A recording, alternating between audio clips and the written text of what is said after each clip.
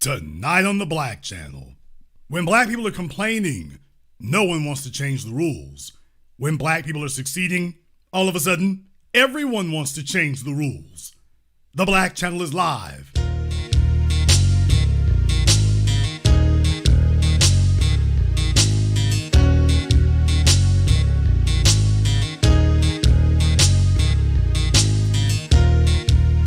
Unapologetic, unadulterated, and absolutely uncompromising.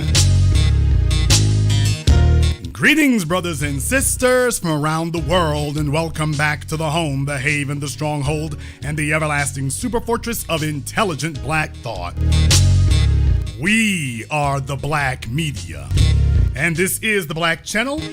I am your host, your brother, your humble servant, the voice of Black America, the Black Authority, broadcasting to you live from the only historically black college and university of higher education and learning in the cosmos. You are, of course, welcome to join us. And join us you shall, because on tonight's program, now there are some things that are going on. There are some things that are happening. Migrants on the rampage, Israelis and Palestinians going at it like the Hatfields and McCoys. Whole lot happening. Biden still tripping and falling. But I missed a program here. We've been very busy. A lot been going on. We've been very busy. But kind of got caught up in a few things. A few logistical issues happened. But I wanted to go ahead and address this because you all know, did I call it or did I call it? Did I tell you that this was going to happen? Did I specifically say, by the way, watching them start making all kinds of rule changes, specifically targeting Coach Prime? Did I call it or did I call it? So I feel like it's really essential that I address that. I feel like it really, really is. I feel like I have to go ahead and talk about that because there are a number of things going on there. Boy, I'm telling you, it's nothing like black men succeeding to get folks to lose their damn minds. Not failing, but succeeding. That's what's happened. All you have to do is stop losing or find some other way. That's what it is. Now all of a sudden, we want to make all kinds of changes. Changes that before now were not necessary. Obviously. Before now, it wasn't necessary. Now, all of a sudden, it's necessary. I want to go to an article here from Essentially Sports. I'm going to go to an article here, but this is covered on other websites. Sports Illustrated. Sports Illustrated, at least they're saying the truth. They're targeting Deion Sanders with a new rule change. We're targeting him. A new NCAA rule tilts the stage, casting a shadow over Coach Deion Sanders' groundbreaking era in college football. Deion Sanders, famously dubbed Coach Prime, showcases a paradox of perfectionism and rebellion, crafting a buzz that reverberates through the halls of the University of Colorado Boulder. With a season lamented by slow starts and a defense that allowed Arizona State to tie a score with a 94-yard touchdown drive, a new storm brews on the horizon for Sanders as the NCAA drops a bombshell rule, potentially aimed at his innovative and disruptive strategies. Is it all part of the game, or does the NCAA view Sanders as too big of a game changer? Folks, was it not Black America's anchorman who told you here a couple weeks ago that Deion Sanders is bigger than college football, that he is now bigger than the NCAA, and that because of that, this idea that he is now bigger than the NCAA, folks, this is not hyperbole when I say this. This is a Malcolm X moment. That's too much power for one man, especially a black man in this position to have. You've got too much power. So he's adhered to all your rules and then found a way to empower himself over everybody else still. Oh, no. Rule change.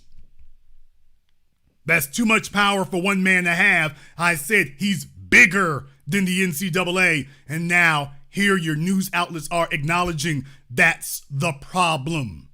That the NCAA now sees him as too big. So we all know where it goes from here. The YouTube sphere buzzed with contentious energy as a video unveiled the NCAA stance on photo shoots for recruits during unofficial visits, a rule that has implications for Sanders. A renowned mentor at Colorado, Sanders utilized photo shoots with Louis Vuitton and Lamborghini sports cars as a magnetic pull for recruits? What? Becoming a monumental and viral strategy. Yet, with the new proposed legislation, the NCAA seeks to dim this luminous recruiting tactic, sparking debates on its relevance and capability to steer the dynamic nature of collegiate athletics. So they're saying the problem is that Deion has too much star power. That's what they're saying. You got too much star power. He's not throwing money at nobody. It's just you got too much star power. The other coaches can't compete.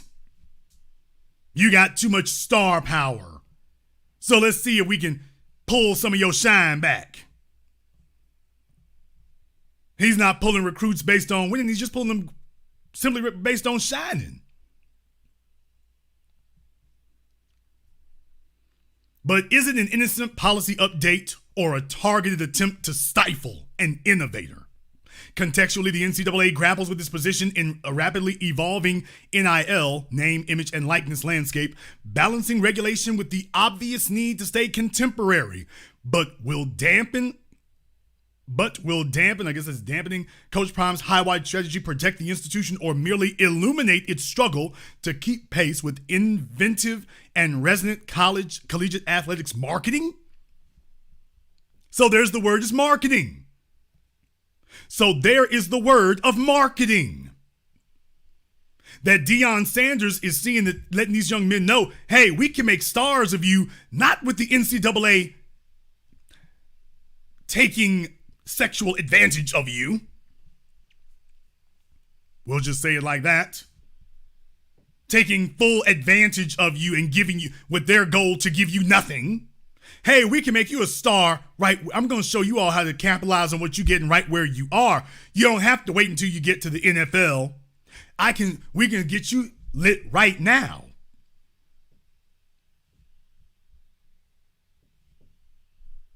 Folks, the NCAA is a multi-billion-dollar enterprise.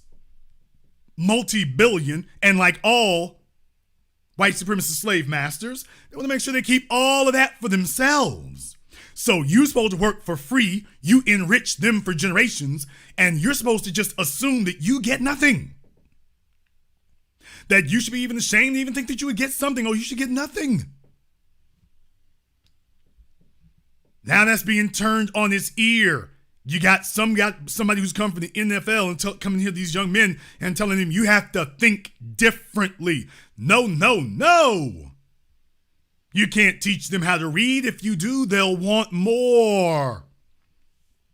And the idea is that you're not supposed to want more, that you can profit not off of the rigors and the setup rigging of the NCAA playing schedule, but that you can profit off of yourself.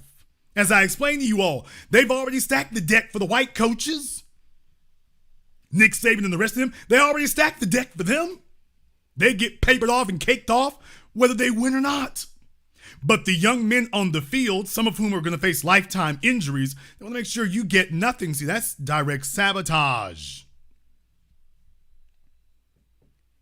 For these young men to be able to boost themselves in that way. Look, I was watching Club Shay Shay, and they were talking to Beast Mode. Marshawn Lynch, they're talking to beast mode. Let's be very, very clear. Beast mode is Marshawn is famous for a play that never even happened. Do you understand that? Marshawn Lynch has a Super Bowl lore for a play that never even happened. His lore now is, why didn't Russell Wilson get you the ball? Why didn't he do that? Marshawn Lynch is famous now and is able to capitalize off of his name, and he damn sure couldn't do it for winning because, Pete Carroll and Russell Wilson wouldn't let him. If I got the coach right, they wouldn't let him. So he's had to actually get famous and capitalize despite making touchdowns. They wouldn't let him do it. So now what you're understanding is you can't depend on the quote, the sport itself. You can't depend on that because they can rig it where you won't get anything. Even if it costs the team, they're willing to do that. They're willing to do that. Let me ask you all a question right now here. Matter of fact, I probably just shouldn't ask a question here. I should just go ahead and make sure of it on my own. But I want you all to think about that. I want you all to think about that for a few moments here. What in the world do you have to do in this situation? Folks, who is the coach of the Seattle Seahawks today? Now, we know that Pete Carroll was the coach when they fumbled the ball with Marshawn. I got a question for you. So the Seahawks have never been the same since. Question, who's the coach of the Seahawks today? Who is? Pete Carroll was the coach then. Okay, got it. The team has never been the same since. Got it. It's years later. Got it. Who's the coach of the Seahawks today? What? Are you serious?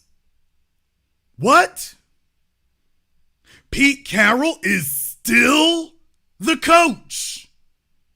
He's still there. Interesting. So let me get this straight.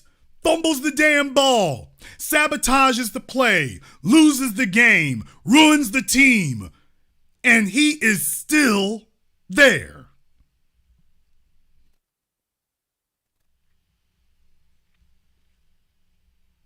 Now you think that over for a few moments.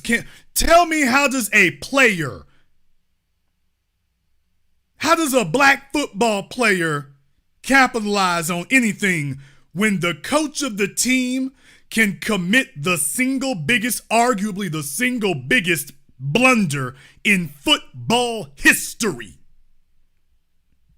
Not NFL history, football history. I'm talking about from Pee Wee to God League. So he can commit the biggest blunder in football history and he still got his job. Marshawn Lynch is gone. Pete Carroll is still there. Russell Wilson is gone. Pete Carroll is still there. Yeah, Lovie Smith and Tony Dungy, we can go down the list. Yeah, you gone. Pete Carroll is still there. Now you think about that for a few moments. You damn right. These young men have to be able to capitalize on something else because the system is rigged. Winning isn't enough. If all you're depending on is winning, then you're going to leave money on the table. If all you're depending on is whether or not your team can make touchdowns, you're going to leave money on the table because they can make it where the team doesn't win anything. Now with Coach Prime, they're saying, well, screw this. We'll just change all the damn rules. So that we're going to make sure we penalize that. Was never a problem before. Yeah, but y'all doing too much. So when we were complaining all this time, never had a rule change. Now, folks is like, you know what? Everything's good now. All of a sudden, oh, rule change. Gotta have a rule change. Gotta have a rule change now. So, folks, once again, did I call it or did I call it? Did I call it or did I call it?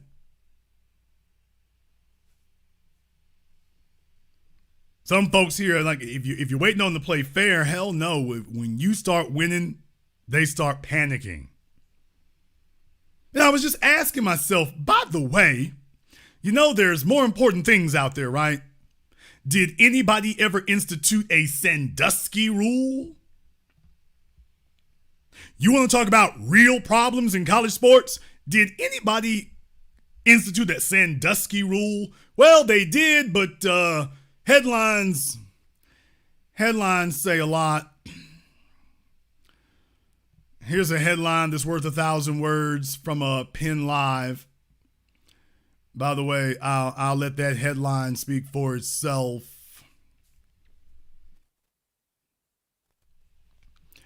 I'll just let that one speak for itself. Yeah. So, folks, I'm making a point right here. When you got black excellence, there's going to be a problem. You got black excellence. And by the way, y'all, did it take years for this to happen? That's another question I got for you. By the way, did this take years to get through? Did this take years for this to happen? Did this take a bunch of disgruntled white coaches getting upset for years? Was that what it took? Was this something that was going on for years and years and people have been debating it and arguing about it? No, we don't know if that's okay or not. And, some things are going on and, we're going through the trudgeons and, some folks want to make some lawsuits or whatever. Was that what happened there? Did anybody see anything like that?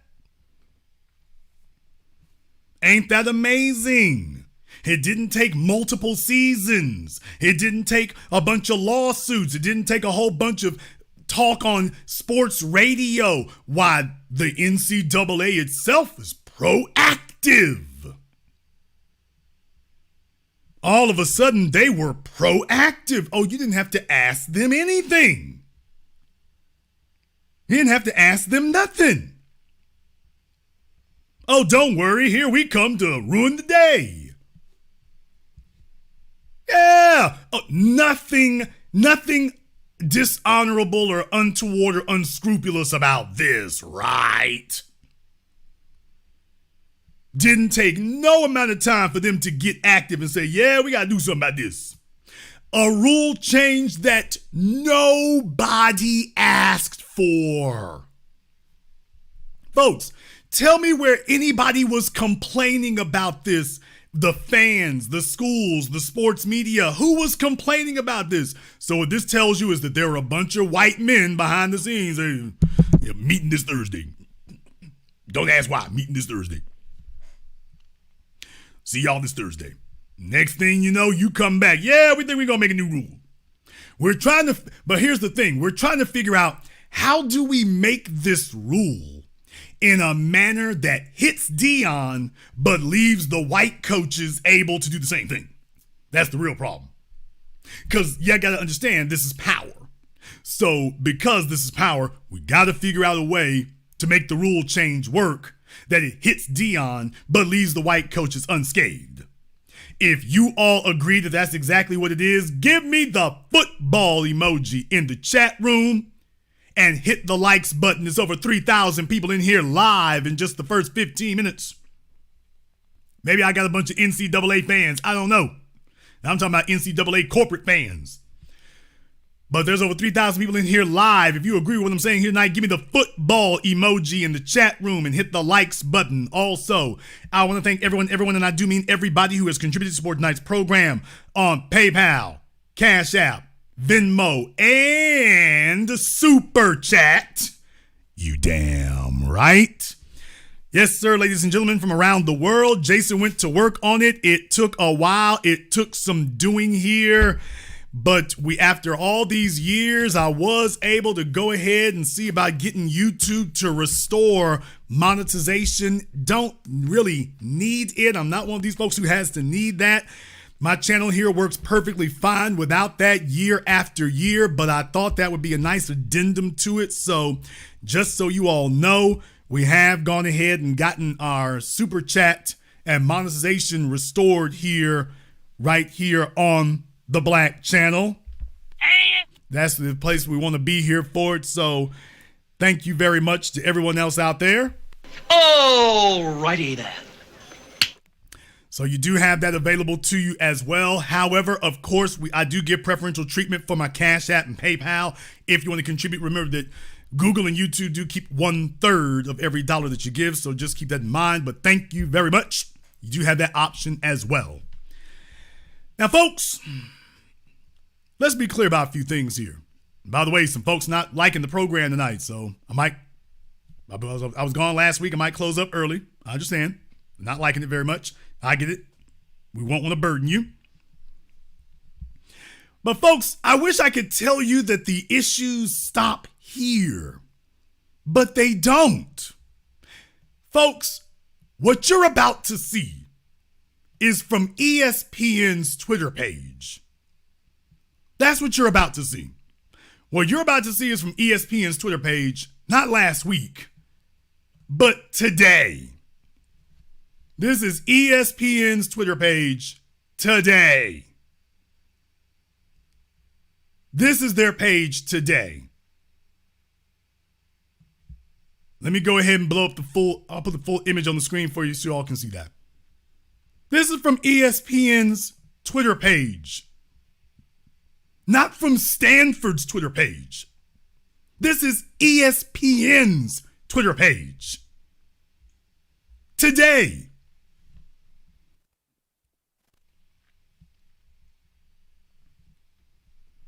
If you think that this is not racial, if you're telling yourself that this is just some salty coaches in the NCAA, this is from ESPN's Twitter page.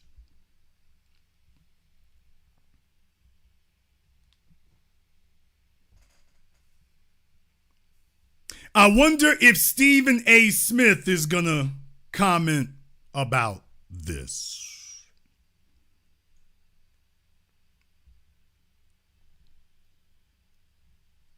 Wonder if Jason Whitlock is going to have something to say. I want to see if Shannon Sharp has something to say about that. But I just wanted to show you all, this is from the official Twitter page of ESPN. This is from their official page. That this is what we're doing. We're doing this. So the folks who are supposed to be X's and O's football and straight down the middle and just reporting all the news fit to print, and this is what they're doing? Because this is not giving you objective information about the score. Otherwise, you'd be showing Stanford's coach. Otherwise, you would be showing Stanford's coach. I want you all to see that you show me another college football coach or another Pee Wee League football coach, and this is the type of pressure, this is the type of targeting that he gets. I mean, we're coming all the way from the NCAA to ESPN itself. This is what this man is up against.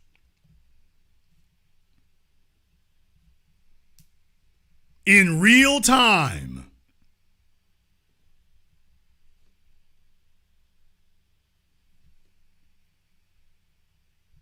And you can't name for me another coach that you've seen get targeted like this. You can't name a single one. It doesn't happen. No. This goes beyond just whether or not they talked about him. Folks, this is targeting a coach. Aren't they supposed to just be commenting on the game? They're not commenting on the game. This is them mocking a specific coach. Now, that's the problem with this. This is the Disney Corporation. This is the Disney Corporation greenlighting attacking the public image of one coach. They have greenlit one coach. Because otherwise you have to say this is just the way they report things, and it isn't. ESPN has greenlit the targeting of the attacking of a single coach. Just one. Just one. That this has nothing to do with journalism anymore. This is about propaganda. We're targeting one coach. Just one. Well, wait a minute. All these dozens of other games, surely there was another come from behind victory you all could comment on. Yeah, but we ain't after them. We're just after him. We're not after the rest of them. We just after him. Folks, this man has not been in the NCAA long enough to justify this level of hating. These folks have just thrown all of their principles, if they ever had any scruples, out the window. It's just, oh no, we just blatant up the middle with it. This man has not been here long enough to justify this. How the hell is it you're only a few games into your first season? How do you justify this? How do you say that this is called for? What has he done that rises to this level? He hasn't been there long enough to do anything that rises to that level. Except one thing, be black. You getting too much attention. Deion has figured out how to become bigger than the game. Something that allegedly is supposed to be impossible to happen. And yet, not is he trying to do it, he's done it. Deion Sanders is now bigger than the game. You see, that's okay for white men to do. White men get to be bigger than the game. Vince Lombardi gets to be bigger than the game. Joe Montana gets to be bigger than the game. Tom Brady and Bill Belichick get to be bigger than the game. They get to be bigger than the game. Babe Ruth gets to be bigger than the game. Pete Rose gets to be bigger than the game. A black man ain't never supposed to be bigger than the game. You're never supposed to, it doesn't matter how spectacular or wonderful it is, you're never supposed to become something bigger than the game itself. Never supposed to happen. Because this is how you create uprisings on a plantation. This is how uprisings get started on plantations. With individuals who show the men that they are bigger than the plantation, that's when that becomes a problem. When you start showing them that there's more than one way to eat out here, that becomes a problem, because you're supposed to only eat if they flick some crumbs off the table. You're never supposed to get it in your head that you can eat and you don't need them to do that.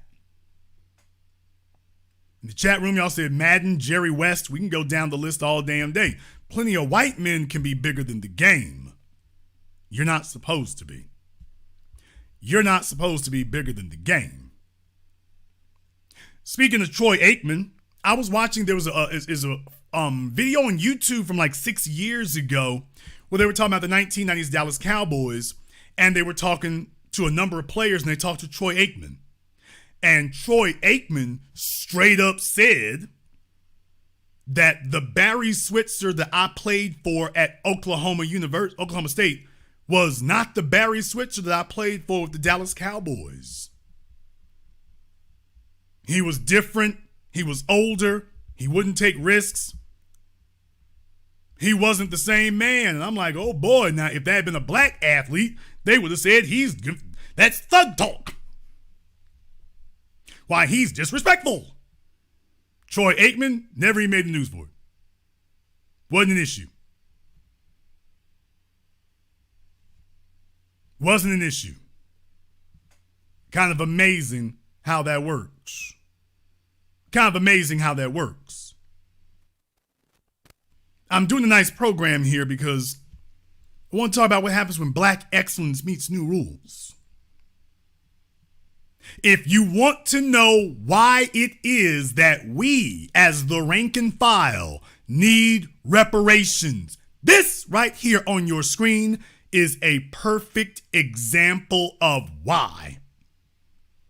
This is why we got to get reparations, because if this is what's happening to Deion Sanders, a man with money, status, prestige, connections, accomplishments, if this is what's happening to him at the apex of society, what the hell is happening to all the rest of us down in the soil? This is what's happening to him, allegedly, at the heights of power. What the hell's happening to the rest of us?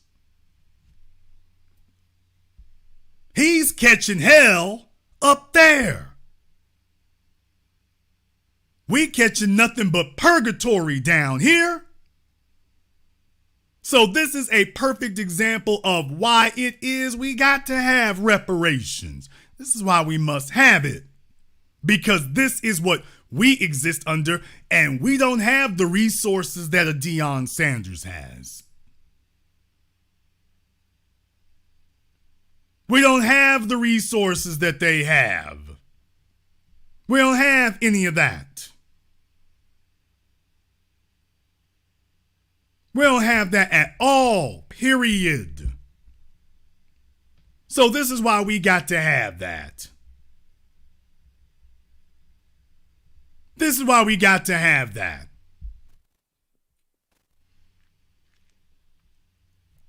You take a look at what we up against, and every time you turn around, we got this huge headwind.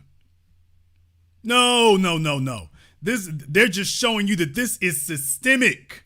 That if you do make progress at your little job at Circle K, we're here to trip you up.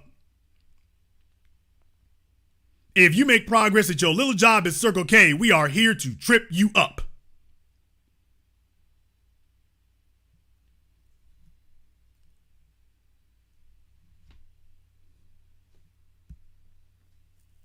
And this is meant to send a chilling message to anybody else out there that you take a look at how quickly we mobilized.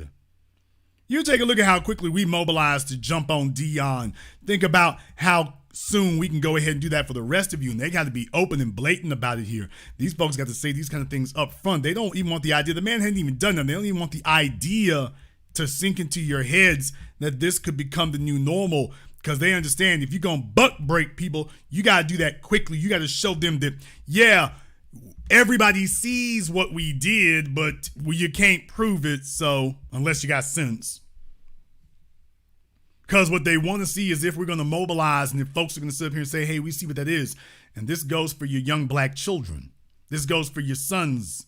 This goes for your daughters. This goes for them, that they found a way to make the system work for them. And every time we do that, we're just going to go back and go change the rules. No, you don't accept that. No, you don't. However, you might disagree. Therefore, the telephone lines are now open. The number is 646-787-1933. That's 646-787-1933. Your personal access code to the blackest radio program in existence, the only one of its kind on planet Earth today. And as always, you are welcome to join us. Glad to be back with you all here this weekend. Want to send a big shout out here to everyone, and I do mean everybody who has contributed to support tonight's program on PayPal, CashApp, Super Chat, or Venmo. To my man, Mark B., thank you very much for your support. We appreciate that. Brenda Starr, thank you very much for your support as well. Andrew L., and a shout out here to B1 Media is a lifesaver. Thank you very much for your support, and to everyone else here. We're going to take a very brief commercial, non-commercial break. When we come back, we'll be having your phone calls and more. This is The Black Channel. Hello, my name is Steve Burgess. I'm the author of this book, Guidelines for the Successful Student, a closer look at parenting your school-aged child. In this book, I've explained the role of the parent and the student in addition to what accommodations, procedures, rewards and consequences and expectations that need to be in place to ensure student success from primary to high school. This book is available on Amazon.com. For more information, please visit my link tree at Easy One-on-One. And to access my latest podcast, A Teaching Moment with Mr. B. Thank you all for listening. A white supremacist assassin seeks revenge. Corrupt FBI agents with evil intentions. Dangerous black collaborators dedicated to treason. Occam Jeffers must defeat them all and somehow survive. One misstep and he's a dead man. Join Occam Jeffers as he looks the devil in his blue eyes and tells him, Black first. A sequel to the underground hit War of the Heart, Spirit of 1811 Publishing presents God Love Us, on sale at Amazon. Pre-order and save today. Visit spirit of1811publishing.com and show your love. More Threads. A brand owned by a descendant of Black American freedmen was created to uniquely address Black American history and contributions that have been intentionally hidden and suppressed. Use their apparel and more to learn and share the Black American history of Black inventions, heroes, towns, Black business districts, and more. Sign up and support not only a Black-owned business, but a movement at www.morethread.co.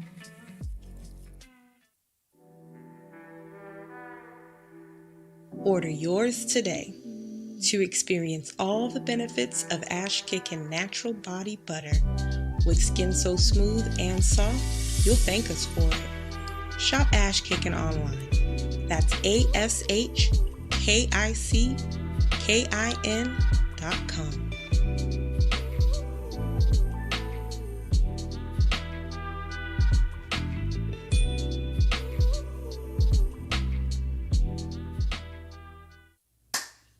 Hi, this is Brenda Starr, creator of Poetry with a Purpose and author of the book Pressed But Not Crushed.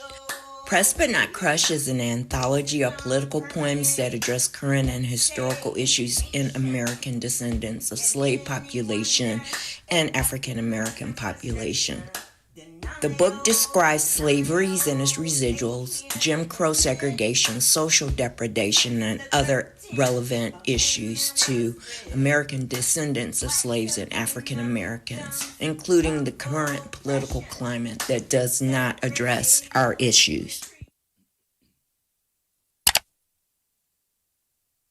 This is The Black Channel. I am your host, your brother, your humble servant, the Black Authority, and the telephone lines are now open. The number is 646-787-1933. That's 646-787-1933. Telephone lines are now open here. Shout out here to my man Black Voltron and everybody else who has contributed to support tonight's program. We appreciate that. We're going to go ahead and go the phone lines here and take a few of your phone calls. Let me get caller from area code 323. You're on live with The Black Channel. What's your name? Where are you calling from? Good evening, Big Brother Jason. This is Brother Elijah calling out of Washington, D.C. All right, Brother Elijah, what's on your mind? Brother, with this crap that's going on with our brother Dion, would it be in our brother's best interest to challenge this in a lawsuit? All right, because you know it's going to get worse if they start here and you don't challenge it. They're going to even implement even more rules. That's just my question. Well, first of all, like I say, I think you can't wait on the courts to do those kind of things. Well, we've demonstrated, for example, with Kyrie Irving. The way we fought that was we stood as a group behind Kyrie. So what they want to see is that they can remember buck breaking isn't really. I mean, it is for the person that they target, yes, but you got to understand what buck breaking is really for. Buck breaking is for all the rest of you. That's who buck breaking is for. It is for the purposes of making an example of the one so that you send a chilling effect to get back in line to the masses. So if we beat up on the one, that's supposed to make the masses cower. The problem comes if the masses don't. If you sit there and do that, or as the Sparrow said on Game of Thrones, you are to the powerful. He said, "You are the few, we are the many." And when the many stop fearing the few, So just remember, the folks in so-called positions of power, they're the few, we're the many. Their job is what they've done throughout history to make you scared and make you afraid. Is, ooh, man, you see that? They used to the old nigga talk is what they used to. Let's just be honest about it. They used to the old niggas. Man, see, that's the problem right there, Dion. See, you should have put your pants on. All that dancing and wearing them shades and sitting up here styling and profiling. See, all you did was get them white folks to come down on you. That's all you did, Dion. See, that's supposed to be the point. Oh, you see, that wouldn't have happened if Dion, what they doing ain't right, but brother, I gotta be, Stephen A. Smith, brother, I gotta be honest with you. You kind of brought that on yourself. See, that's what they're hoping will happen, because that's what's happened in days of old. With the old Negroes, that worked on them. Man, look here, you gonna mess around and lose your job. You gonna mess around and lose your job. They promise you got them folks talking to you now. So that's what's supposed to happen to the rest of us. The problem is if it doesn't. If we don't bow and scrape and talk about, ooh man, keep your head down low. If everybody still rallies behind him and stays strong behind him, whether he wins or loses. Let me say that one more time. If everybody stands strong behind him, regardless of if he wins or loses, then that is a game changer. Let me explain to y'all, those of you who don't understand. Now, my football heads and my sports heads, but especially my football heads from the NFL, y'all understand this. You got teams that don't win a damn thing, but they're really not supposed to. Looking at you, Detroit Lions. But they're not the only ones. I'm from Louisiana, the New Orleans Saints. Back during the days of Jim Mora, the Saints had some of the highest selling, in some years, the highest selling merchandise in the NFL. Tom Benson was putting out a mediocre losing team, but the Superdome would get full and the merchandising would sell at high rates. So as far as Tom Benson was concerned, there was no reason to sit up here and spend a bunch of money and grab some coach and redo the front office and all this other stuff. We making plenty of paper like we are right now. Why we gotta do all that? In the chat room, the Bears. Yeah, you out of Chicago. Hey, we're Chicago's football team. It's not like they have a choice. So, hey, whether the team we put out there is excellent or whether the team we put out there sucks, we are Chicago's football team. There isn't any real crisis for us to spend a bunch of money to revamp the whole damn team. We don't have to do that. And so they're perfectly happy putting a mediocre, losing team on the field under these circumstances. As long as folks show up, nobody's getting fired. Nobody's getting rid of head coaches unless they black. Nobody's doing that. Now you move over to college sports and they'll swear to you up and down, oh, well, that's why we got to get rid of the damn coach. But when you get to the NFL, it's like, oh, wait a minute, that's not really the way that works. That's not really the way that works. I just talked to y'all about Pete Carroll. He cratered the Seahawks and still got his job over a decade later, and he cratered the Seahawks. Cratered them. And that didn't cost him his job. But they will tell you that'll cost Dion his. Now, they'll come back and tell you that'll cost Dion his job. It ain't costing nobody in the NFL, not the white ones. So that's the reason why I'm bringing that up. Is that if we rally around Dion, regardless of if he wins or loses, that we are not fans of the NCAA. We are fans of Deion. See, that's where the game changer is. That's where you circumvent the NCAA. That's where you nullify the NCAA, is if you start doing things like that. Well, you're like, Deion's an institution. Well, he's only been here for a few months. Yeah, just like y'all made instant rule changes, we made instant institution. I'll let you have the last word. No, brother, thank you so much. And no, I'm rooting for our brother, all right, because this is they always come up with these devils always come up with some rule to try to suppress us, but we got our brothers back. Be one, brother. Be one, brother. Thank you very much for giving us a call here tonight. Let me get called from area code 229. You're on live with the Black Channel. What's your name? Where are you calling from? Good evening, brother. This is Rod from Valdosta. All right, Rod from Valdosta. What's on your mind? Yeah, two quick things. Just what you just mentioned, I remember an article, I read it somewhere when Jalen Ramsey said he was with the Jacksonville Jaguars, and we went to the AFC Championship, and he was like, we was beating the New England Patriots, actually beating them. Second half, the referees came and told them, hey, y'all need to calm down. Y'all need to slow down. Don't nobody want to watch no Super Bowl with the Jaguars in them. And he said if he ever repeated that again, he wouldn't be in the league too much longer. And I remember seeing Kevin Garnett in an interview where he said when he got his first big contract, he was actually talking to young NBA players. He said when you get that big NBA contract, that's when you got to be careful. That's when they're gonna love you at first until you get that contract. And then that's when they're going to put that demon label on you. You're going to all of a sudden become a bad guy. They're going to start finding you just for looking at a referee.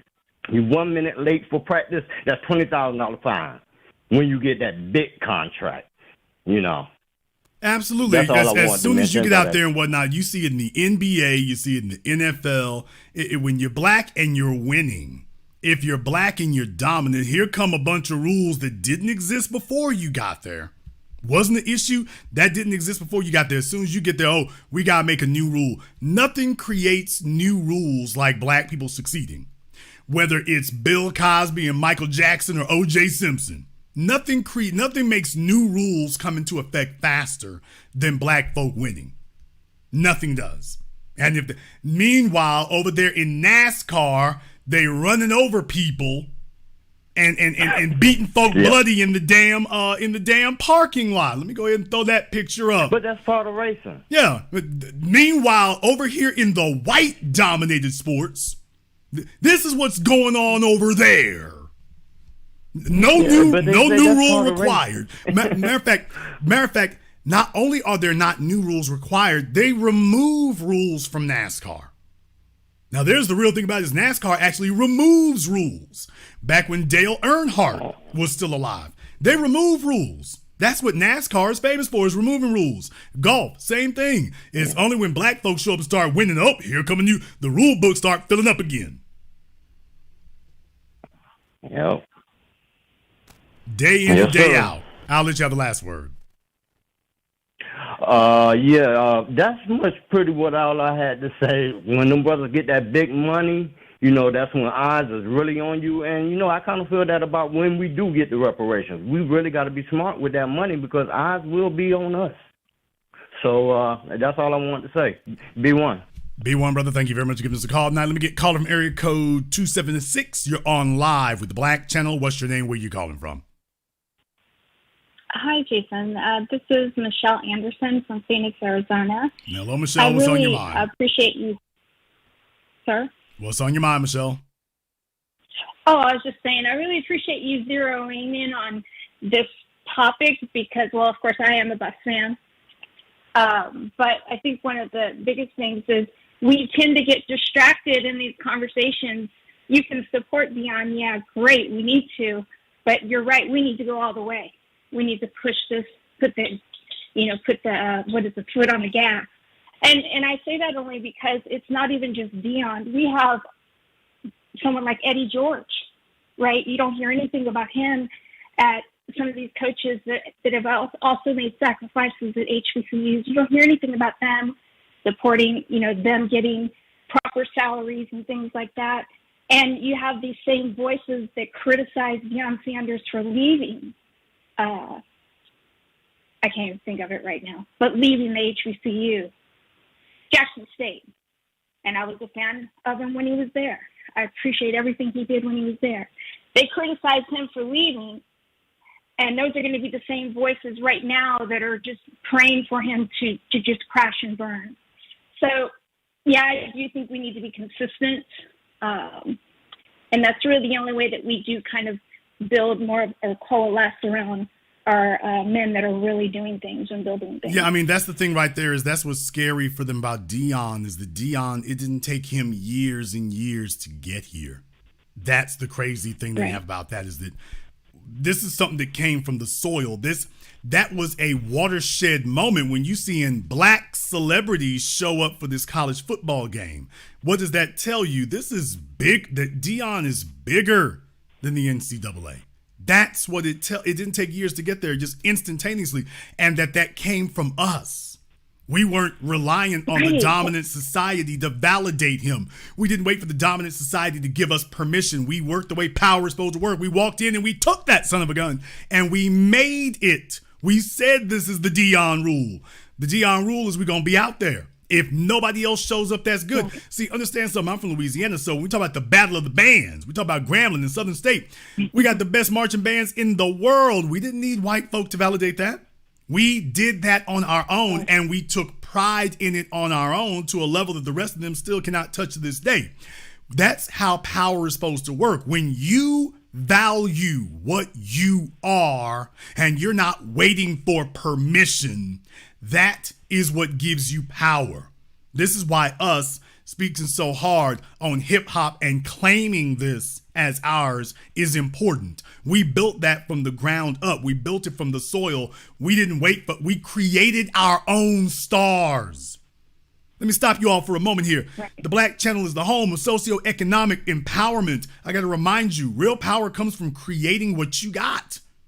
Real power comes from you making your own stars, making your own icons, making your own hits, making your own blockbusters. See, that's the real advent of Solar Records, Ruthless Records, Death Row Records, Cash Money Records. Black folk being able to sit down in the room and say, we're going to make our own, with no expectation that the dominant society is going to do that for us. That we're going to do this and build it. We have no expectation they're going to do anything. We're going to build this from the bottom up for ourselves. Shout out to Nipsey Hussle. We're going to build it on our own. Understand something. If they didn't build it, then they can't destroy it. That's the problem. If they didn't make you, they can't break you. That's the issue. And if they didn't make Deion, then that means they can't break Deion. And that becomes dangerous. I'll let you have the last word. Yeah, 100%. But yeah, I appreciate the call for us to be consistent and not waver, and just to be much more supportive of all of our Black excellence. I wish we had the infrastructure at the HBCUs. That's a whole other subject, to be able to support our men that want to do something big, and show everybody that we really do have all the talent that's needed. But until then, we'll just have to work within the system and take it over. Thank you so much. This is an excellent broadcast as always. You're the best. Thank you very much for tuning in tonight. We appreciate that. Let me get caller from area code 901. You're on live with the Black Channel. What's your name? Where you calling from? Yeah, Jason, this is B, man. I'm calling out of Memphis, Tennessee. All right, D out of Memphis, what's on your mind? Yes, sir. I was just calling to say, man, that was a crazy 29-point loss. I think Deion gonna have to make some changes in there. He may have some people in there that and his staff, man, that I don't think really want him to succeed or something. But something is going on internally, man. They got to make some changes because right now a lot of people are gunning for Deion. They don't want to see him succeed. Well, here's the issue, brother. I'm going to just be honest with you. I disagree with that particular assertion for one reason. I'll be damned. This is just the beginning of his first season. What's he supposed to do? Like, is he supposed to go get a championship his first season? I'll be damned. I'm a firm believer. Hey, he literally just got started. We don't know what's working or what isn't yet. He's done phenomenal up to this point, but we don't know what's working or what isn't yet. I think it's too early to say that he needs to make changes in the office and whatnot. It's only been a few weeks. I mean, it hasn't even been a whole season. Understand this. Nobody would be saying this if this were Nick Saban or somebody else. They wouldn't be saying just a few games in, ooh, we need to make some changes. We don't even know what has happened yet. Yeah, you're absolutely right about that, man. I mean, it is his first season. It's just, it was hard to watch that 29-point breakout that they had, man. They was on their way to, I believe, scoring upwards of 50 to 63 well, points. Okay, let's try this a different way. I don't know the ins and outs of it and whatnot. But I'm just going to say, what if Stanford's, I don't know what Stanford's record has been. I don't know anything about any of this stuff. I have no idea whatsoever. But what I'm saying is, were they a better team? Were they a better team last year? I've been saying the whole time that Deion was due for a loss for the last couple of weeks. He came out very, very well, but they were due for a loss, which is not a shade on him. I'm just saying this idea that Deion Sanders is going to come to the NCAA and they're going to have an undefeated season, that's not fantasy. That's hallucination. So, I mean, I got questions. What kind of team is Stanford? The fact that they were able to shock him like that coming out the gate. What kind of team are we dealing with? Is this a pathetic team? Is this an awful team? Is this a team that they should have blown out? Did they pull out something we weren't looking for? Did we get lax? Did we get apathetic because we had them down by 29 points? That's a question to have right there, is that did you get apathetic about it and be like, okay, we got them down 29 points, go crank up the car and let's get ready to go home? In which case, now you're dealing with a disciplinary issue. Because remember, for those of us from Louisiana, that's like the Saints in the 1990s. If an NFL game was only 3 quarters long, the Saints would be the biggest winning team in history. Unfortunately, an NFL game is 4 quarters long, and that was usually the quarter where the Saints started losing. So if you have a disciplinary issue, it's like, hey, don't y'all get excited like that. Also, here's another thing, brother. That's not a bad thing either. Being somebody showing you failure is how you learn. That you learn that, hey, you can't take this for granted. Sometimes somebody got to come up here and kick you in the teeth and remind you, hey, you can't take this for granted. You cannot take a thing. Everybody knows what they're up against. And yes, you will lose. Let's just say that Stanford is a bad team. You're going to lose to a backwater Bush League team like Stanford. Yeah, you can lose to anybody if you get complacent, if you get arrogant. So that would be a lesson not only for Deion, but for the team. I'm not saying necessarily Deion did something wrong, but he's the coach, so the buck stops here. But this could be a very good lesson for them to let them know, hey, you can't take no team for granted. You can't take anyone for granted. You can't say, well, we gonna win this one because they were bad last week. You take your eye off of them for a second, and next thing you know, they're gonna step their game up. For example, that's what happens in fighting sports. So whether it's boxing or anything else, you all remember, Mike Tyson only had to get knocked. Mike Tyson was an invincible wrecking machine till the first time he got knocked out. First time he gets knocked out, and then certainly after Holyfield, it was over. After Holyfield, it was over. He couldn't win nothing else. Why? Because the rest of the field caught up to him.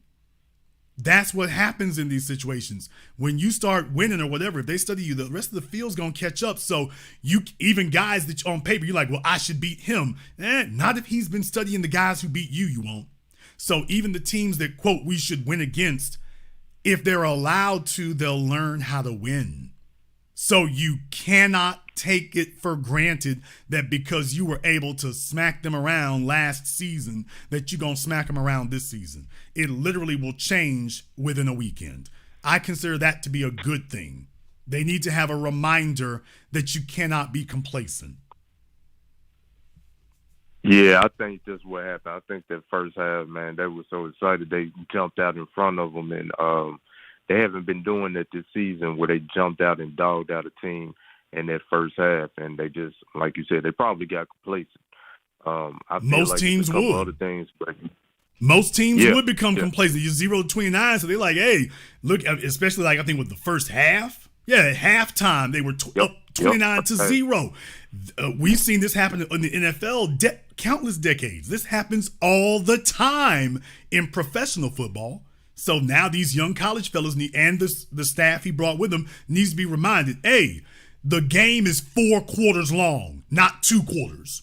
It's 4 quarters. And you got to put the same effort into the second half that you put into the first half. Or you will watch yourself get embarrassed. Welcome to the big time. Yeah, I agree with that, man. I appreciate you taking my call, Jason. Thank you very much for giving us a call here. Now, good call there. Like I say, I mean, absolutely. Look, I mean, losses happen, sure. Is it avoidable? Maybe. Probably should be. This is a team we should have beat. Okay, if you lost to a team that you should have beat, this is the time for you to have some reflection. Is it that you're a bad team? Is it that you have bad coaches? Or is it that you've been outperforming so well that you're just like, man, we're going to phone it in. And you just got a brutal reminder. You can't phone it in. You got to be out here for the whole 4 quarters. I consider that to be a positive. I don't see coming up short as a negative if you learn from it. If you learn from it. Now, if they come back out there next week and didn't learn a damn thing, now this loss is going to be the one that's remembered as this is where it turned the team around in the wrong direction. But it can be a good thing. Losses don't hurt you if you learn from them. You take some time and reflect on, okay, what did we do? Did we get lax? Did we get complacent? Did some of our players sit down? Were the coaches not paying attention? Or were you thinking that they were going to run the same plays that they've been running and you didn't realize they were adapting to us? That the rest of the field is like, yeah, we got to step our game up. Did you take something for granted? Those to me are legitimate lessons to learn. Caller from area code 310. You're on live with the Black Channel. What's your name? Where you calling from? Hey, Jason, this is TG out of Los Angeles. TG out of Los Angeles, what's on your mind? Well, I played a little ball in college, and what I see them being really scared of in terms of Deion Sanders is that he has a recruiting edge that they can't touch. They're not going to be able to relate to the kids in the same way. And the way that he went through the transfer portal this year, they're scared of that being a repeat again and again, because he's not even funded to the same level as someone like Nick Saban or someone like Lincoln Riley at USC. So they're super scared of that. And second, he's actually creating a black safe space. Other coaches can pretend to create that, but Deion can actually create that safe space. And that's what all these celebrities are coming. And I think that's what they're doing, is showing, hey, this is where you can go and be yourself, get that education, get away. And no other coach can really do that. And I think that's awesome. Well, here's the real thing that worries them. What if Deion Sanders is just the first? Yep. You got to understand, if he does this and it succeeds, then this sets a template that others will want to not just imitate, but improve on. So what do you do if this is just the first of the new way of things? That the football coaches in high school and the football coaches in college start saying, well, you know what? Let me emulate Deion's strategy. Let me emulate the way he's doing things. Matter of fact, let me go ahead and make some improvements on it. So that's a question that folks don't ask. What if they make some improvements on it? What if other folks say, yeah, this is the template that I want to follow. As a matter of fact, I got some enhancements and some modifications I want to put on it.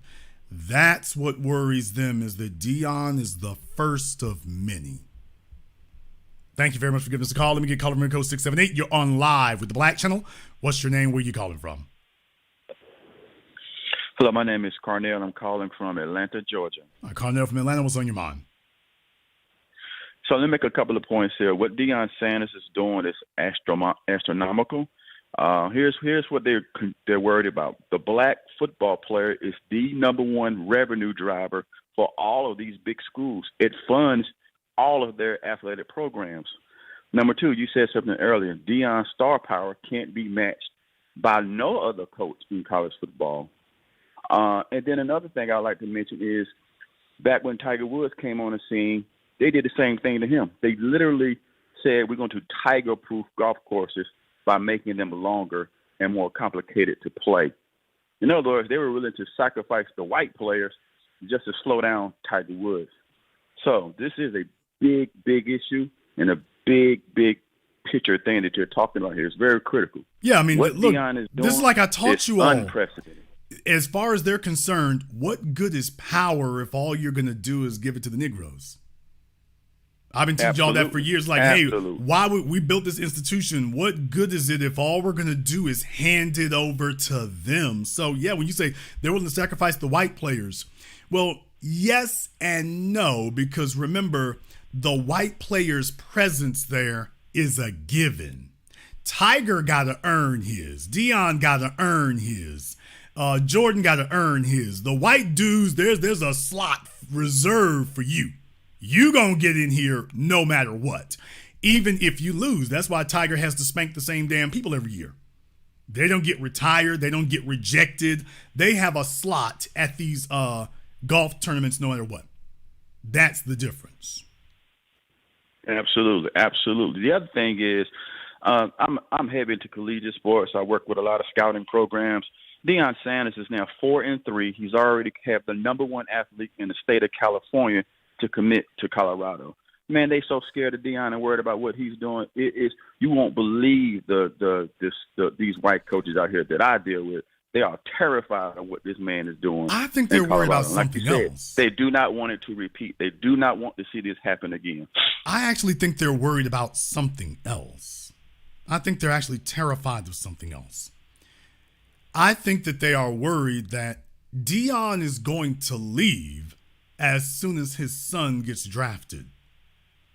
Oh, absolutely. Now, that's what I think they're really worried about is Deion Sanders is about to, he doesn't care about a 20-year career in the NCAA. So this is why he's got the freedom to ignore all the rules, because he's not trying to be Nick Saban or what was his name at Penn State. He ain't trying to be them. He's okay being here for just 3 or 4 years and then being gone. So he's going to have overturned your entire paradigm, flipped everything on his ear, and then he's going to leave. And you're going to have to deal with trying to reorganize or get back control of this dynamic system that he has completely shattered. And you can't punish him because he was never trying to stay for decades anyway. He's going to be there for a few years, overturn the whole damn system, and leave. And you're going to be left with the fallout of a bunch of new coaches who do want to stay for decades,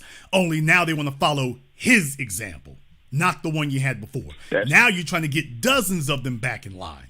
Think about that for a few moments. If he only wants to stay for a little bit of time, how much leverage do you have to punish him? That's true, because they've already flirted with offering him a lifetime contract, and the media at large don't want to talk about that. But Colorado has already offered Deion a lifetime contract that he said not interested at this point. So, yeah, you're making a great point there. No, like I said, in the chat when they said that he may stay till his other son is out. I mean, it just depends. If he's just staying there for his kids, the bottom line is he's got a shorter window. So it's, it's like a politician. It's one thing if you're dealing with a politician who wants to get reelected. He's going to play it safe. If you're dealing with a politician who's not concerned about being reelected, he's going to try to ram through as many radical changes in his first term as he can. He's not counting on a second term. My argument is I don't think Deion's counting on a second term. Deion is like, he's going to push this far. If he's only here for his kids, he's going to do what he got to do while they're there, and he doesn't care about being there a decade later. And that's dangerous. Absolutely, because Shedeur Sanders is projected to be the number one quarterback drafted next season. So you're right. I believe that as well. After Shedeur leaves, Deion is probably gone. Well, maybe. I mean, he may stick around a little. I don't want to say that he's going to leave immediately. I don't necessarily think that's going to happen. But as far as a 10-year run, I don't see Deion doing a 10-year bid. I don't see that happening. I think he has a motivation for being there. And I think he really went there. He made it very clear he wanted to go there for his son. That he feels like he wasn't really there for the kids like he wanted to be, the thing with his wife and everything. So this is a personal thing for Deion. And hats off to him. I think that's great. I think that's wonderful. But the NCAA is like, yeah, you didn't turn this into your little fiefdom, and it didn't take you years. This is what Deion has done within his first couple of months of his first season. Can you imagine what the NCAA will look like in 2 years if he stays? Just 24 months. Can you imagine what it's going to look like? Thank you very much for giving us a call tonight. Let me get caller number code 773. You're on live with the Black Channel. What's your name? Where you calling from? This is Taryn Allen from Chicago, west side of Chicago. Yeah, Jason, you're absolutely right. Do you recall the guy named Jimmy the Greek? Oh yeah, Jimmy the Greek. Yeah, Jimmy the Greek. He said it best. If these color guys they take over, what we're gonna have left? Coaching. He was really afraid because I can recall when he said, "Black guys, they got big thighs, big hands. They built for the sport. These black guys, they built for the sports." I remember when he was said that on Channel 2 News. I remember that. Well, he was right. What's your opinion on that? Well, he was right. I mean, it wasn't like the only thing. The problem was he said it out loud. That was the only mistake he made. It's like you can't say that in the open. You can't say that. So you're supposed to do it behind the scenes. But he was so flustered, like the rest of them. They were so flustered. And it's like we're losing everything. We're losing everything. So yeah, I mean that's always been the idea of it. So it's never been a meritocracy for us. I mean, it is a meritocracy for us, but not for them. As far as they're concerned, the game is perfectly fine so long as no matter what happens, they win. But actually having to compete is no. A level playing field is the last thing they want. This is supposed to be entertainment, not competition. I want y'all to get that through your heads. Absolutely. This is supposed to be entertainment, not a competition. We show up, and it's like getting in professional wrestling. We throwing real blows out there. It's like, hey, this will be entertainment, damn it. And we're like, no, I'm trying to get this belt. Yeah. I'll let you have the last word. Yeah. Let me leave you with this. Like Rick Ross said, he said, "It's okay, you do it, but you have a problem when I do it." Facts. All day.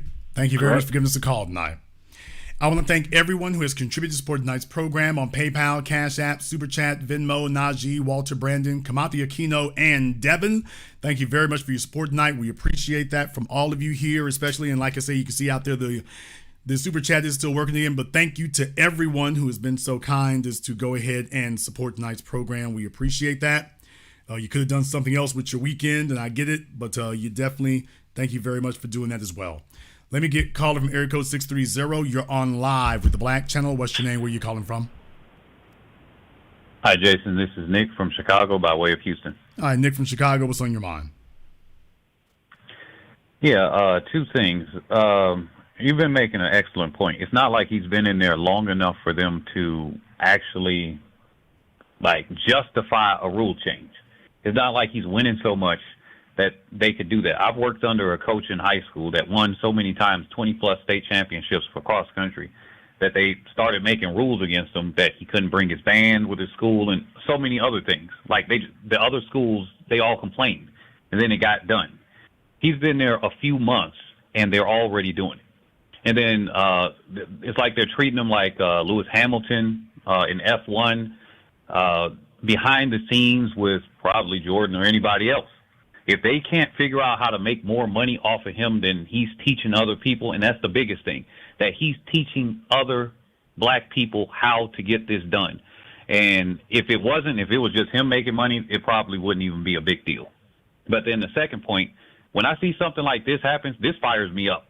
This fires me up personally. Like, I got to go harder in the paint so that I'm going to hit that wall and then push through that. And I think that other people should be thinking the same thing. If he's facing that resistance, you made a good point. What's facing it for the rest of us? But this fires me up, this type of thing right here. This kind of inspires me.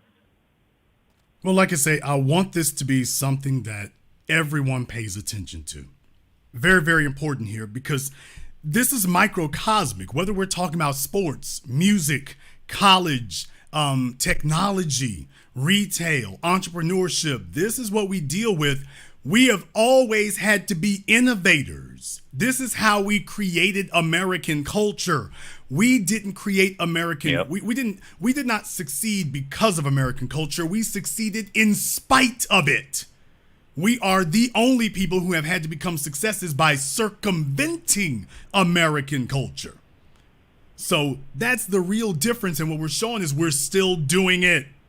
We're still doing it. This culture of resistance. That's what they don't like about Deion, is he's so shameless about that culture of resistance. That's exactly what the hell you want.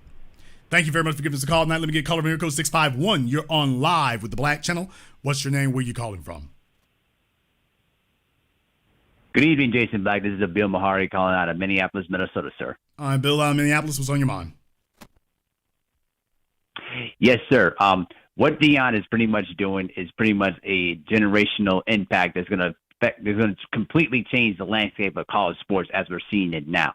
You know what I mean? And the big thing that I really illustrate when I think about what Dion's doing here is that he's pretty much breaking down the old double standards and the hypocrisy of the NCAA. For so many years, the NCAA has been pretty much trying to handicap many of their student athletes. Actually, I'm sorry, many of the college athletes.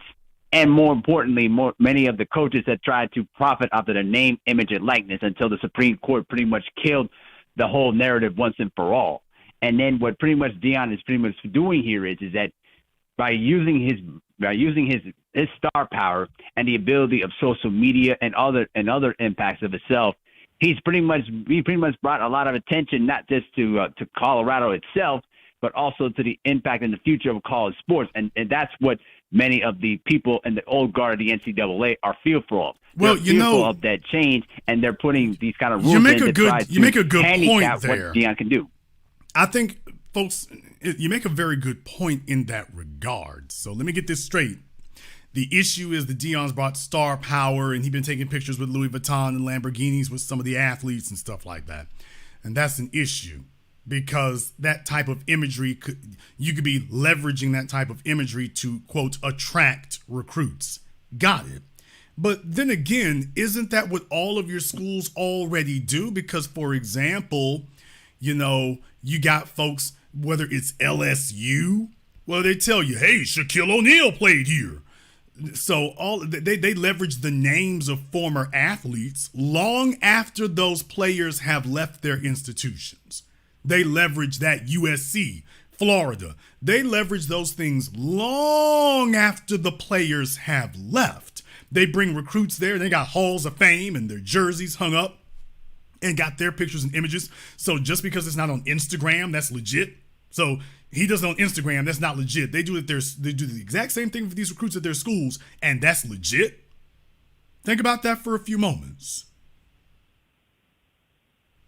If imagery is what does it, they have no problem leveraging the names, likeness, reputations of previous athletes at their schools to grab new recruits. So my contention is, y'all have already been doing that.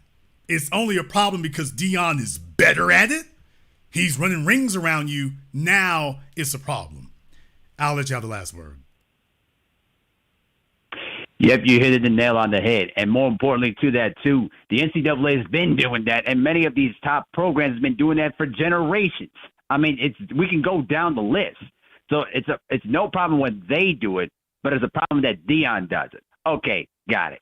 So the bottom line here is that when Dion, finally leaves the NCAA in the next few years, there's going to be a new crop of college coaches that are going to probably take the blueprint of what Dion had constructed and do it even better. Oh. That's what the old guard of the NCAA is fearful of more than anything else. No, the issue here is if you got a black coach who has brought a level of swag that resonates with young white players, now that's the dangerous part.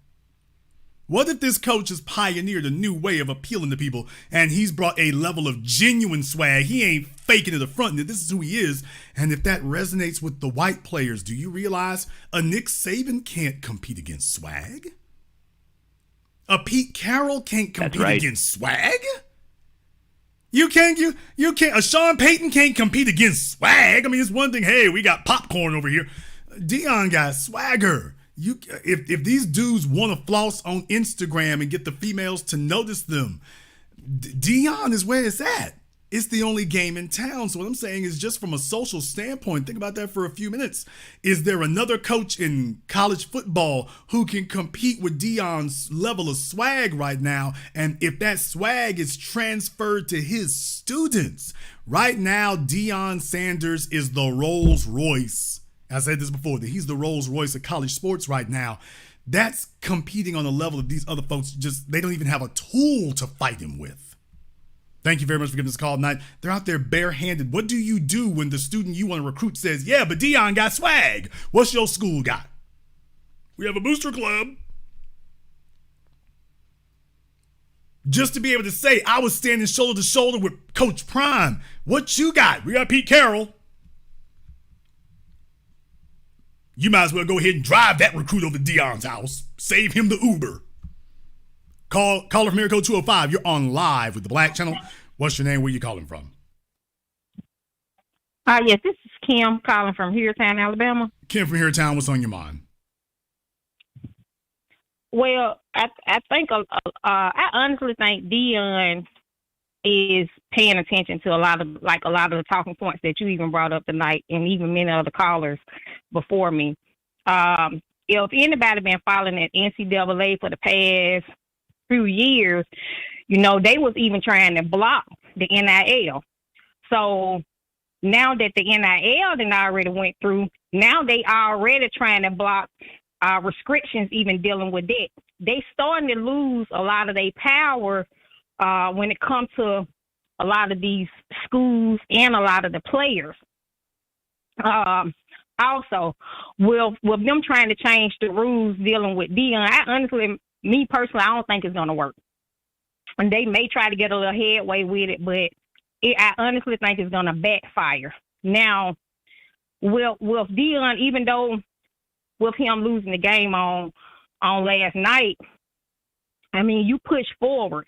If Dion win either one or two more games, he has brought a program that was basically trash last season up to the point where if he just win one more game, they are already bowl eligible. So, well, I mean, no, you make a very good point there. Didn't nobody even. This is the point I'm trying to make. Dion doesn't have to have a championship team. That's nice. But Dion may not even need to have a championship team. He just needs to have a winning team. If he can simply turn them into give them winning seasons, not even championship seasons. If he can do that, that right there would actually probably be enough. Exactly. Now imagine that being the standard. You would never be able to get rid of him. Exactly. And the thing is, I don't, a lot of your callers and a lot of people that follow your broadcast, I'm sure they do follow the collegiate sports level. But anytime I would look at somebody like Alabama. So when you look at somebody like Alabama didn't even win the last two championships, but they always be the ones who got the target on their back. So now Dion is actually in that same situation. Just the simple fact that they don't like him. So it's not even about the college itself. It's more so about him and what his players, and I already know he more likely got that mindset. But see, what the players themselves, they have to look at, even the ones who came from an HBCU, the ones who put in the transfer portal and they came from the HBCU, now they in the D1 division. So that's a whole different ball game. Those guys' mindset have to completely change. You have to go out there and compete as if I got this target on my back. I got to have this win. I can't have no loss at all. And you can't get complacent because, like you said earlier, any team can beat you on any given day. If you get lax and your mind just is not focused and you thinking you got this win, when actually, no, you really don't, because they still probably got a good quarterback. They may not have all the bells and whistles like you do, but the players themselves also have to have that mindset. Look, we got a target on our back, just simple the fact of who we are, not the college, but just who we are. And that's how they have to move forward in being able to plan like that. And that's, I'm going to land my plane. Well, that's a lot. And by the way, that's a lot of pressure on these young men. But by the same token, they've got the best coach in the league, the best coach in NCAA for that. I mean, if you really do want your sons to go to the highest levels, man, what's happening to the NCAA, they ain't nothing compared to what you're going to meet with the NFL. In college sports, this is just one little old school with a rivalry against another school. In the NFL, you're talking about state and international governments. Your team is involved with states and international governments. Your team is part of the damn fiscal budget of the state. I'm not talking about this college stuff. I'm talking about hundreds of millions, if not billions of dollars. You're part of the fiscal budget of those states. That's a whole lot of pressure to put on a 19-year-old, a 20-year-old. The scrutiny that they're under here. So if they're going to be under it with somebody, Deion Sanders is the best one to be under because he's been there. He's done that. He's performed at the highest levels, the biggest stages. These young men could not possibly be in better hands. So if you want your son to be prepared for the highest level of scrutiny, who you going to put them in the hands of out there? Who's going to prepare them for that? I submit to you there's nobody better. Caller from area code 203, you're on live with the Black Channel. What's your name? Where you calling from? Yeah, this is Rob calling out of Hartford, Connecticut. Rob out of Hartford, what's on your mind? Yeah, I just kind of transition a little bit talking about the NBA. So while you're doing tonight's program, I was doing some research, kind of switching topics here. It actually is a double standard because anybody remember the quarterback Doug Williams from the Washington Redskins? He was the only black Super Bowl quarterback winner. He threw for 4 touchdowns in one quarter, and he threw for over 348 yards in one half, okay? So during halftime, the coaches went in the locker room, and they told him, hey, don't throw no more touchdown passes. So that kind of goes to show the double standard that there is in professional sports when it comes to black versus white athletes. And saying that, I'll lay my plane. Thank you very much for giving us a call tonight. Let me get caller from area code 757. You're on live with the Black Channel. What's your name? Where you calling from? This is Tanya from Virginia Beach. And Tanya from Virginia Beach, what's on your mind? I don't think it's lost on them also that Deion has circumvented the media. Between his sons, Bucky and Darius, they control their own image, including Deion's. And now you don't need mainstream media to show what's going on. And I think they're looking at that closely as well. Oh, yeah, you can't call up ESPN and set the narrative anymore. Not that there's going to stop them from trying, but you can't call up Stephen A. Smith and he creates the narrative. You can't do that anymore. You can't call up SportsCenter and they get to chisel out what the narrative is. People are ignoring them. So the old powers are weakened enough now.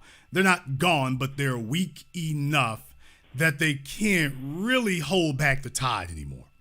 And what they're looking at is a media landscape that they no longer control, a narrative landscape they no longer control, a competitive landscape they no longer control, and worst of all, an image and power landscape that they no longer control.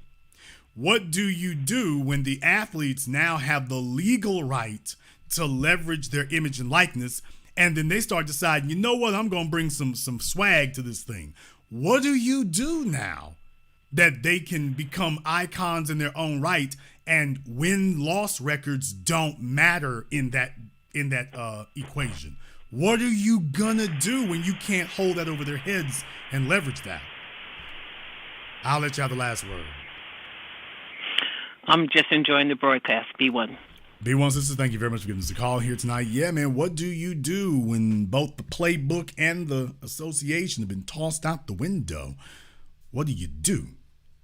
What do you do when that is the new norm? What do you do now? What do you do? It's a brave new world here, but we all need to be very, very aware. The rules that they use against us and the methods and practices, they are alive and well. And what I'm saying is that I want us to support Deion as a movement, not as an individual, but as a movement, and recognize that, as with so much else, he's a metaphor for the rest of us. This idea that you can do everything right, and don't worry, we're going to go change the rules. We're going to go change the rules. When we discuss black excellence, that's our ability to overperform even after you done change the rules and try to rig everything against us. We're still winning. That's a monumental difference. Monumental difference. We're going to go ahead and wrap things up here tonight. If you are new here to the Black Channel, welcome to the Haven of Intelligent Black Thought. We do this every weekend. Click that red subscribe button. Click that yellow notification bell. Join us each and every time that we're here. If you haven't been to our website, blackchannelfilms.com, you want to go and check out our groundbreaking best-selling documentary work, 7 a.m., Gentrified, Race War, all available on DVD and streaming. Go to blackchannelfilms.com. That is blackchannelfilms.com. I want to thank all of you for tuning in here live or recorded. Thank you for liking, subscribing, and sharing. Thank you for contributing to tonight's program. And this concludes this broadcast of The Black Channel. I am your host, your brother, your humble servant, the Black Authority. And until next time, my brothers and my sisters from around the world, remember, black is the future, and the future is excellence.